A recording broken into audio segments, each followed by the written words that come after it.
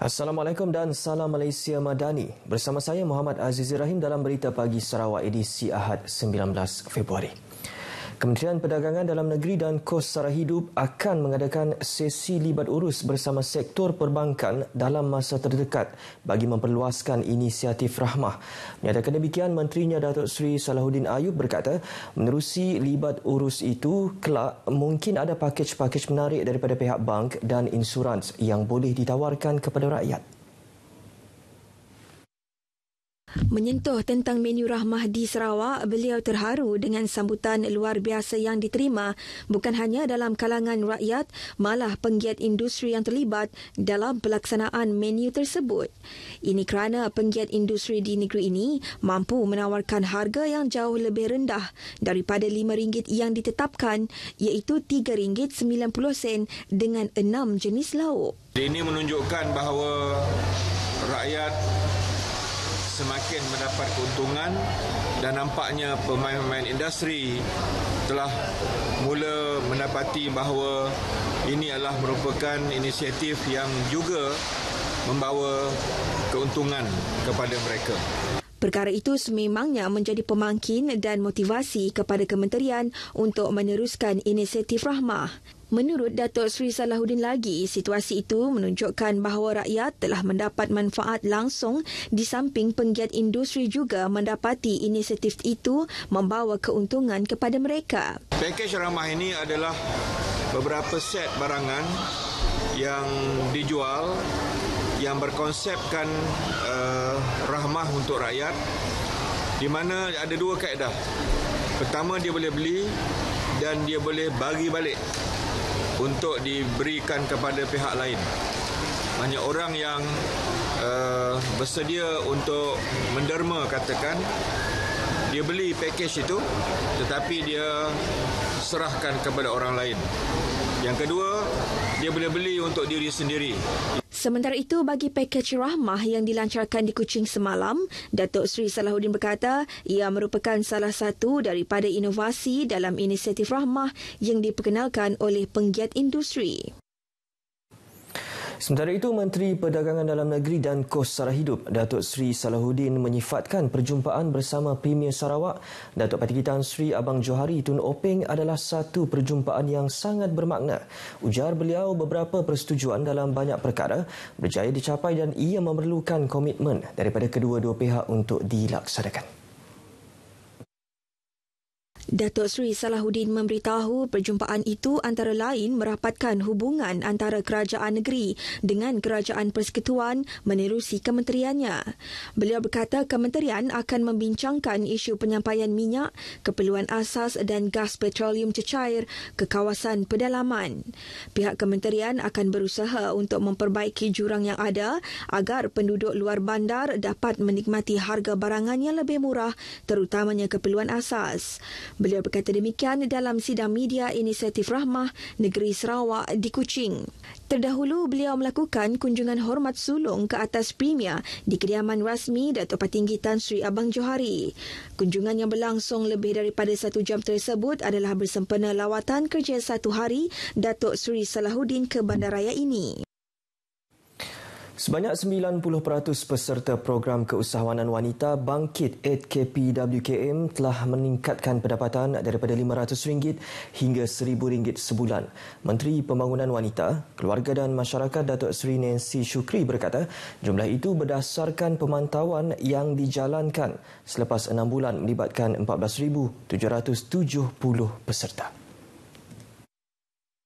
Ujar Datuk Seri Nancy, 10% lagi telah mendapat peningkatan sehingga RM3,000 sebulan. Beliau berkata demikian pada program keusahawanan wanita Bangkit 8KPWKM di Kuching. Menurut Datuk Seri Nancy, sejak Januari tahun ini, seramai 1,850 peserta telah menyertai program tersebut yang meliputi peserta dari seluruh negara. Tambahnya, program serupa akan diadakan di Selangor pada minggu hadapan. Menyemarakkan sambutan Isra' Mi'raj, Radio Televisyen Malaysia RTM Sarawak malam tadi mengadakan majlis doa selamat di Surau Darul Ukhuwah bersama kaki tangannya. Majlis keagamaan itu diadakan bagi merapatkan hubungan ukhuwah antara kaki tangan RTM Sarawak selain memperingati peristiwa Rasulullah dalam sebuah perjalanan agung. Solat Maghrib, Isyak dan bacaan doa selamat dipimpin oleh Profesor Madya Dr. Abdul Halim Busari dari Pusat Islam Tun Abang Salahuddin, PITAS. Turut bersama kira-kira 50 kaki tangan RTM Sarawak itu, Timbalan Menteri Utiliti dan Komunikasi, Datuk Dr. Abdul Rahman Junaidi. Selepas sambutan Isra' Mikraj, Datuk Dr. Abdul Rahman turut meluangkan masa dalam program siaran langsung bersempena Hari Radio Sedunia yang diadakan di Auditorium P. Ramlee. Program yang disiarkan secara langsung di Facebook RTM Sarawak dan Radio Sarawak FM itu juga diisi dengan bacaan ayat-ayat suci Al-Quran, tazkirah dan juga nyanyian nasyid. Calon Sijil Pelajaran Malaysia SPM dan Sijil Tinggi Persekolahan Malaysia STPM yang bakal menduduki peperiksaan awam disarankan untuk memohon restu dan doa daripada ibu bapa dan guru-guru sebagai sebahagian daripada usaha menjalani ujian penting itu. Timbalan Menteri Pendidikan, Inovasi dan Pembangunan Bakat, Datuk Dr. Anwar Rapai berkata, berkat usaha gigih yang berterusan serta doa restu ibu bapa dan guru yang mampu menjadikan seseorang mencapai kejayaan.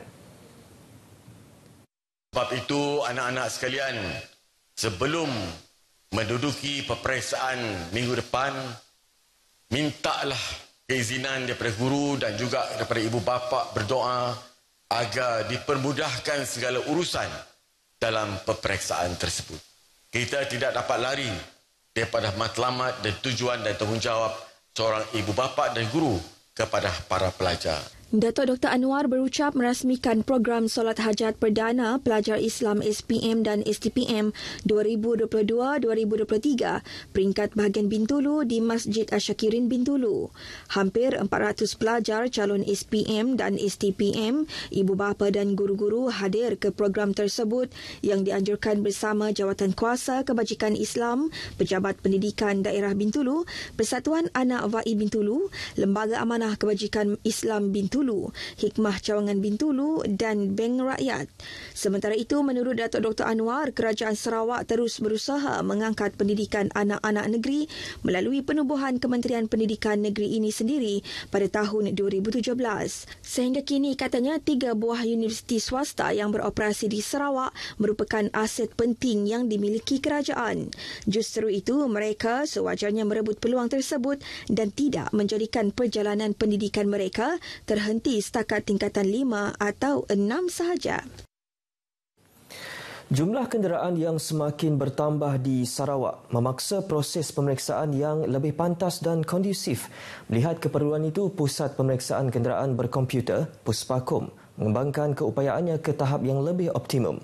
Menyaksikan kemajuan itu, wartawan Syarikin Bahrin ada laporannya.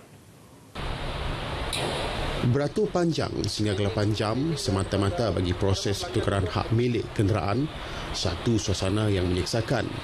Terletak di tengah-tengah Bandaraya Kuching iaitu Pending, Puspakom, antara lokasi tersibuk di bandaraya ini dengan menyaksikan lebih 500 kenderaan diperiksa walaupun hanya berkapasiti 424 unit sehari. Masa lama juga buang masa. Tuh, nunggu enggak tiu panjang ah. Sehari lah dari pagi pergi ke pagi pergi ke petang. Ada sempit lah. Sempit dan selalu banyak kereta. Lama sampai jam 3. Penantian giliran kenderaan juga mengakibatkan kesesakan lalu lintas di jalan raya. Dengan keadaan mendesak itu, kerajaan mengambil inisiatif yang komprehensif dengan membina sebuah pusat baru di tapak yang lebih luas di Kota Semarahan. Ia terletak 20 km dari Kuching. Kita perlu mengambil kira banyak aspek termasuk antaranya supaya kawasan pemeriksaan itu tidak akan berada di kawasan-kawasan yang sangat sibuk. Projek yang menelan kos 12 juta ringgit di atas tanah seluas 1.49 hektar ini dijangka mampu mengurangkan kesesakan di pusat bandar selain disokong dengan peralatan baru yang lebih canggih. Pusat pemeriksaan ini dijangka beroperasi penuh pada lewat Mei depan. Puspakom di kawasan baru di Kota Samarahan ni, dia akan dapat menampung satu jumlah yang besar dan kesesakan tidak akan berlaku kerana dengan keluasan tanah yang ada ni dia akan dapat memuatkan kapasiti dari segi queue kenderaan untuk membuat pemeriksaan. Namun, timbul kerisauan pelanggan dengan lokasi Puspakom yang agak terpencil buat masa ini. Tempat baru yang besar lagi ya, ada tempat pelanggan nunggu. 200 meter itu jarak penyelesaian kebimbangan Faiz di mana seorang pemaju tempatan mengambil inisiatif menyediakan tapak henti dan rehat perhampiran Puspakom. To cater for those from far, kalau dia orang mesti dapat jauh sangat datang sebab Puspakom dolok dekat mah. Sekarang quite far away. Beliau percaya premis tersebut akan menyokong operasi Puspakom dengan menyediakan perkhidmatan penyelenggaraan kenderaan selain restoran makanan. Memang tengok sini punya tak ada tempat. So kalau lu mau makan, mau pergi Aiman semua, dia memang 8 km. So itu jauh. So in order to cater for sini, kita mesti kasih dia orang punya servis macam makan, minum. Bagaikan hotel kereta, premisnya mampu menempatkan sekurang-kurangnya 300 kenderaan semalam, termasuk kenderaan komersil seperti lori dan jentera berat. Ini semua pemangkin ekonomi setempat. Apapun, kemudahan pemeriksaan kenderaan tidak lagi seperti dulu, walaupun jauh namun kondusif. Syarikin Bahrain, RTM. Lembaga Pembangunan dan Lindungan Tanah LCDA dengan kerjasama Jabatan Bomba dan Penyelamat Malaysia Sarawak, Jawatan Kuasa Surau Al-Kornia dari Kampung Surabaya Hilir dan Jawatan Kuasa Kemajuan Keselamatan Kampung Seberang Hilir telah menganjurkan Majlis Berhatan Perdana Darul Hana 2023 yang melibatkan kanak-kanak dari Kampung Seberang Hilir dalam kawasan projek Darul Hana semalam. LDCA menerusi kenyataan media memaklumkan seramai 37 anak-anak berumur di bawah 13 tahun yang menyertai program itu bertempat di Surau Al-Kornia, Kampung Surabaya Hilir, Kuching. Ini merupakan program tanggungjawab sosial korporat CSR tahunan LCDA untuk membantu komuniti setempat dengan objektif antara lain untuk memberi kesedaran tentang kebersihan fizikal dan bertanggungjawab serta peka dengan peraturan dan undang-undang yang telah ditetapkan oleh Allah. Majlis Berhatan Perdana tersebut telah disempurnakan oleh Timbalan Menteri Utiliti dan Telekomunikasi, Datuk Dr. Abdul Rahman Junaidi. Baik, paparan itu tadi mengakhiri Berita Pagi Sarawak edisi Ahad 19 Februari. Dapatkan perkembangan sahih sepanjang masa melalui portal berita.rtm.gov.my. Assalamualaikum dan salam Malaysia Madani.